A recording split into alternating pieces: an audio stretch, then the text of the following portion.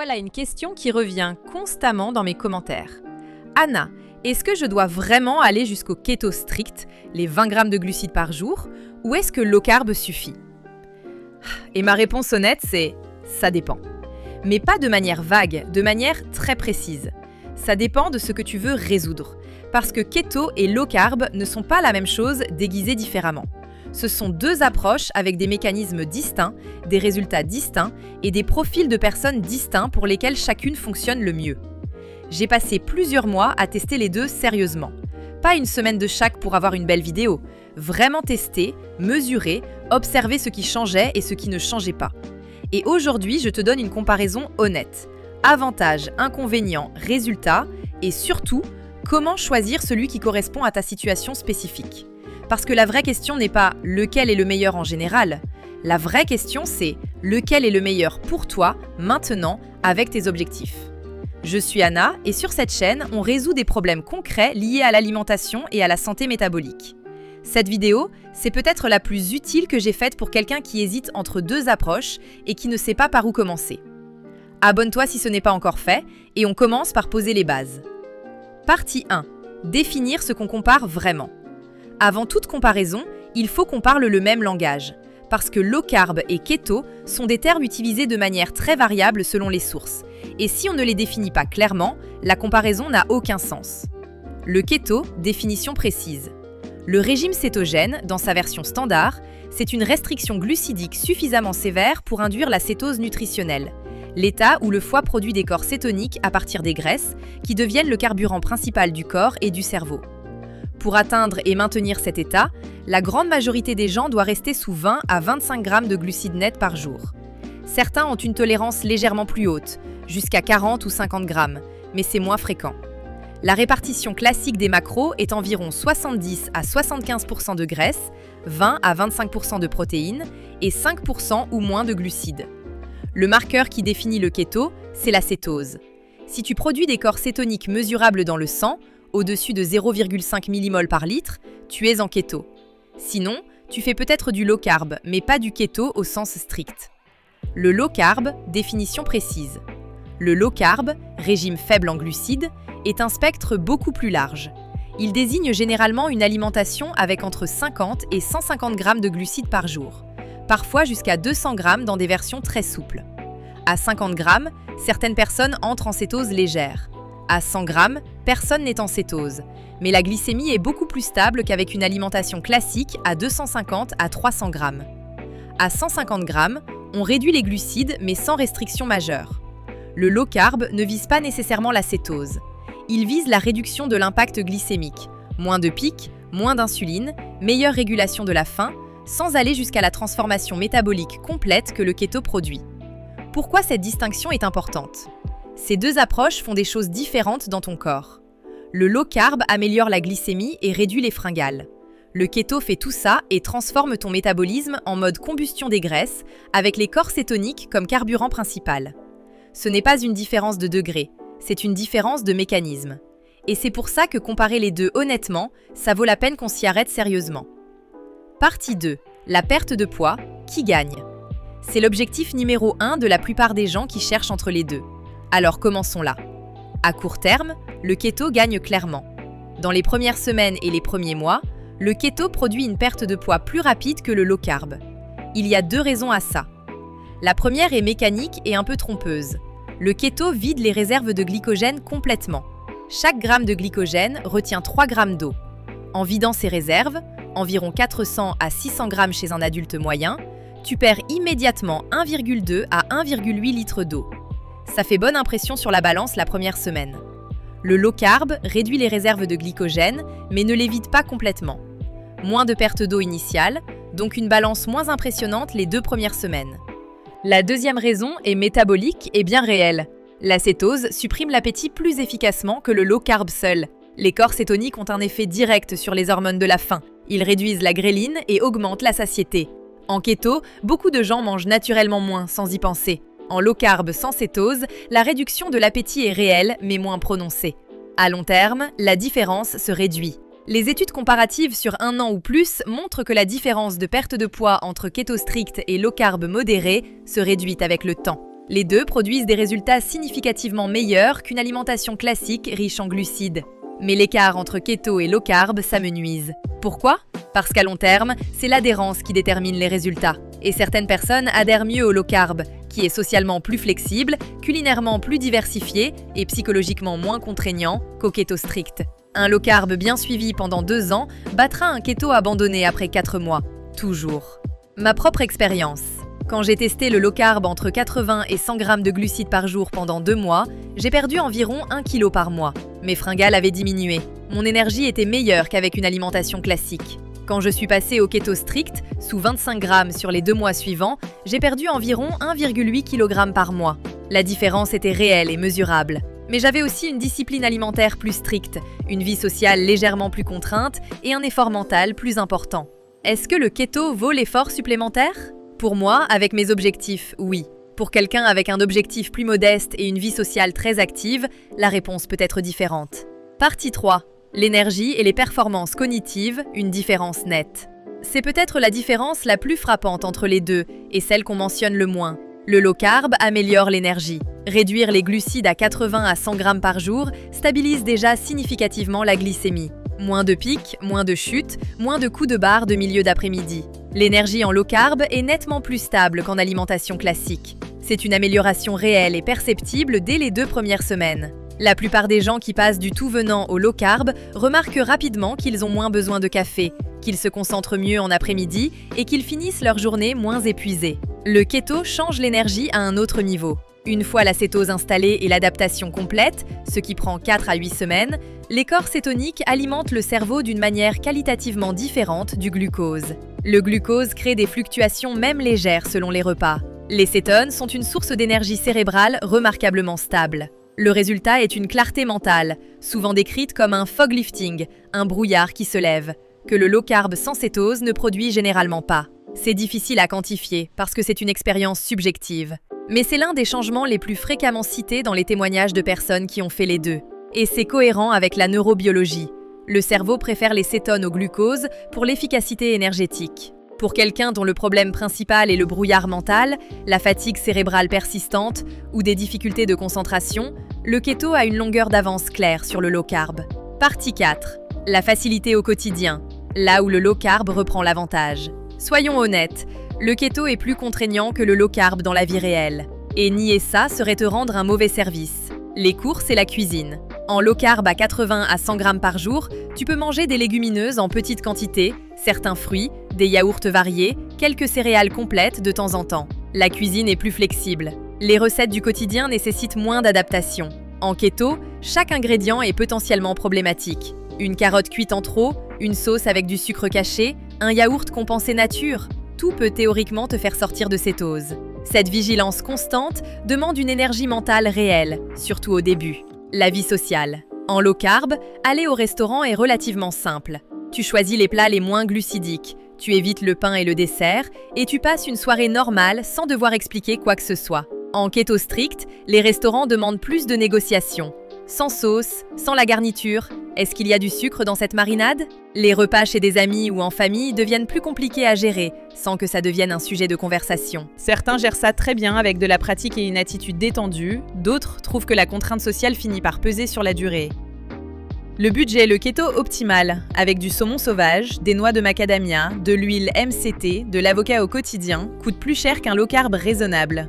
Le low carb permet plus d'aliments économiques, lentilles en petite quantité, céréales complètes, fruits de saison.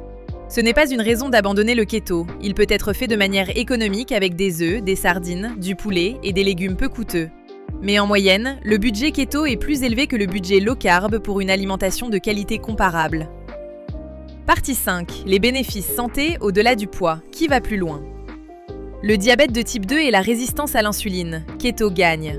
Pour quelqu'un avec une résistance à l'insuline significative ou un diabète de type 2, le keto a des avantages clairs sur le low carb. La raison, pour mettre le pancréas au repos et permettre à l'insulinorésistance de se résorber, il faut minimiser la stimulation de l'insuline. À 100 grammes de glucides par jour, tu stimules encore l'insuline de manière significative, même si c'est moins qu'avant. À 20 grammes, la stimulation est minimale. Et c'est dans cette minimisation que les remissions du diabète de type 2 documentées dans les études se produisent. Des études comme celle de Virta Health montrent des remissions partielles ou complètes du diabète de type 2 en keto, quelque chose qu'on n'observe pas avec la même fréquence ni la même amplitude en low carb modéré. Le SOPCA, keto souvent recommandé. Le syndrome des ovaires polykystiques est fortement associé à l'hyperinsulinémie. Le keto, en réduisant l'insuline au minimum, peut avoir des effets bénéfiques sur les symptômes du SOPCA, régulation des cycles, réduction de l'androgénie, amélioration de la fertilité dans certains cas. Des études sur le low carb dans le SOPCA montrent aussi des améliorations, mais généralement moins prononcées qu'avec le keto strict. L'épilepsie réfractaire, keto uniquement. C'est le terrain médical sur lequel le keto est utilisé depuis les années 1920 et où les preuves sont les plus solides. La cétose thérapeutique réduit les crises chez environ 50 à 60% des enfants épileptiques résistants aux médicaments. Le low carb sans cétose n'a pas cet effet. C'est la cétose elle-même, les corps cétoniques et leurs effets sur l'excitabilité neuronale qui produit le bénéfice. C'est un domaine où le keto n'a pas de concurrent. La santé cognitive générale, keto probablement avantageux. Pour des bénéfices cognitifs, prévention du déclin cognitif, brouillard mental, performance mentale, le keto a un mécanisme d'action que le low carb sans cétose ne partage pas. Les corps cétoniques sont un carburant cérébral efficace et anti-inflammatoire. Les recherches sur les maladies d'Alzheimer et de Parkinson s'intéressent spécifiquement à la cétose, pas au low carb en général. Pour quelqu'un dont le problème est principalement cognitif, le keto a une longueur d'avance. Partie 6. La durabilité, le critère qu'on sous-estime toujours. J'ai gardé ce point pour ici parce qu'il est peut-être le plus important de toute la comparaison et le plus souvent ignoré dans les discussions keto contre low carb. Le meilleur régime alimentaire est celui que tu peux tenir durablement, pas pendant 3 mois, pendant des années. Les abandons en keto. Le keto a un taux d'abandon plus élevé que le low carb, pas parce qu'il est moins efficace, parce qu'il est plus contraignant. La stricte limitation à 20 grammes de glucides demande une vigilance permanente qui finit par peser sur certaines personnes. Les situations sociales difficiles, les voyages, les périodes de stress où la dernière chose dont on a l'énergie, c'est de surveiller chaque gramme. Une étude comparative d'1 an entre keto et low carb montrait que le groupe keto avait un taux d'abandon de 38% contre 29% pour le groupe low carb. Ces 9% de différence sur 1 an ont un impact réel sur les résultats moyens des deux groupes. Les abandons en low carb.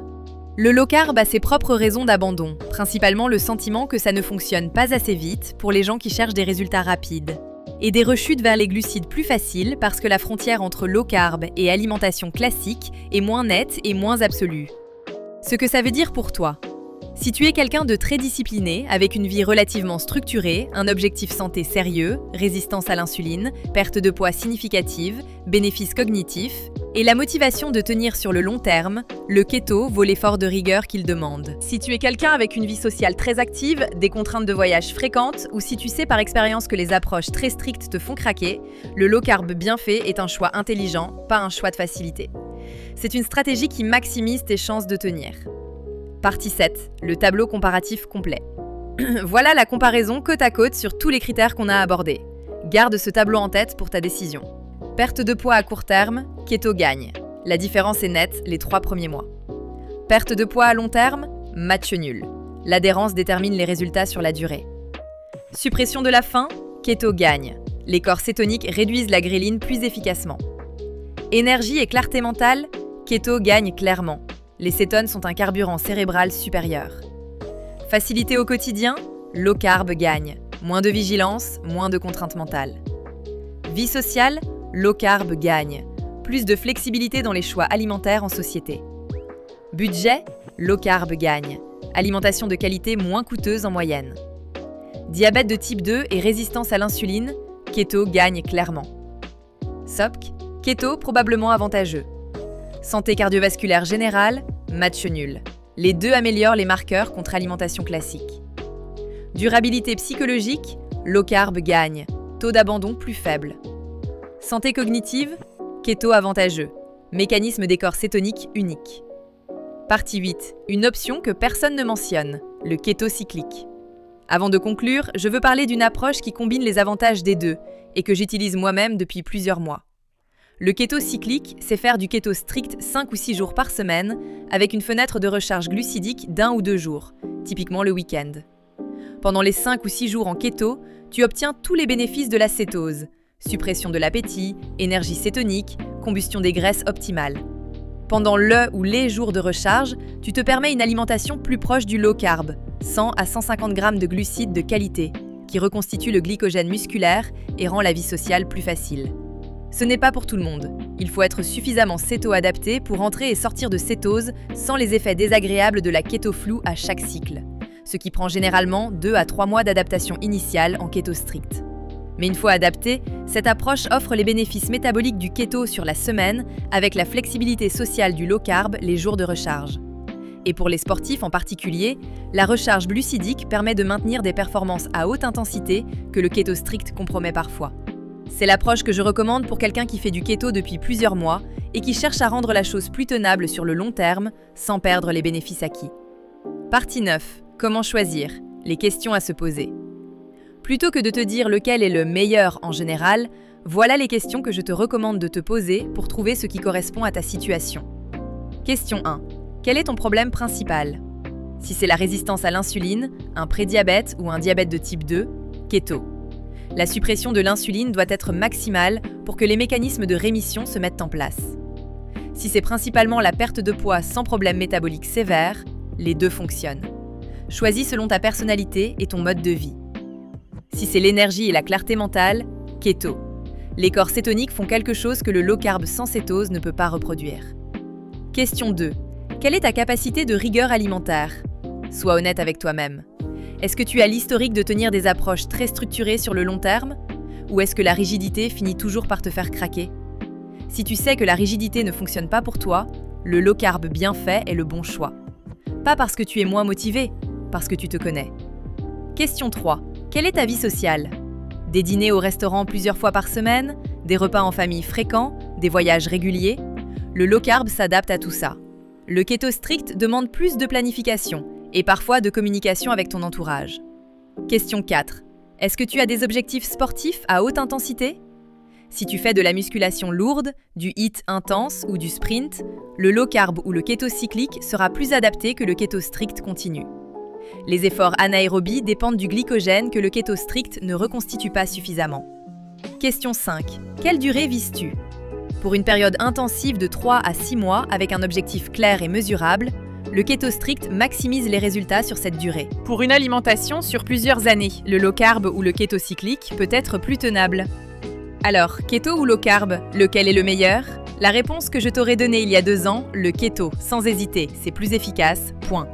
La réponse que je te donne aujourd'hui, ça dépend du problème que tu essaies de résoudre, de qui tu es et de la durée sur laquelle tu veux tenir.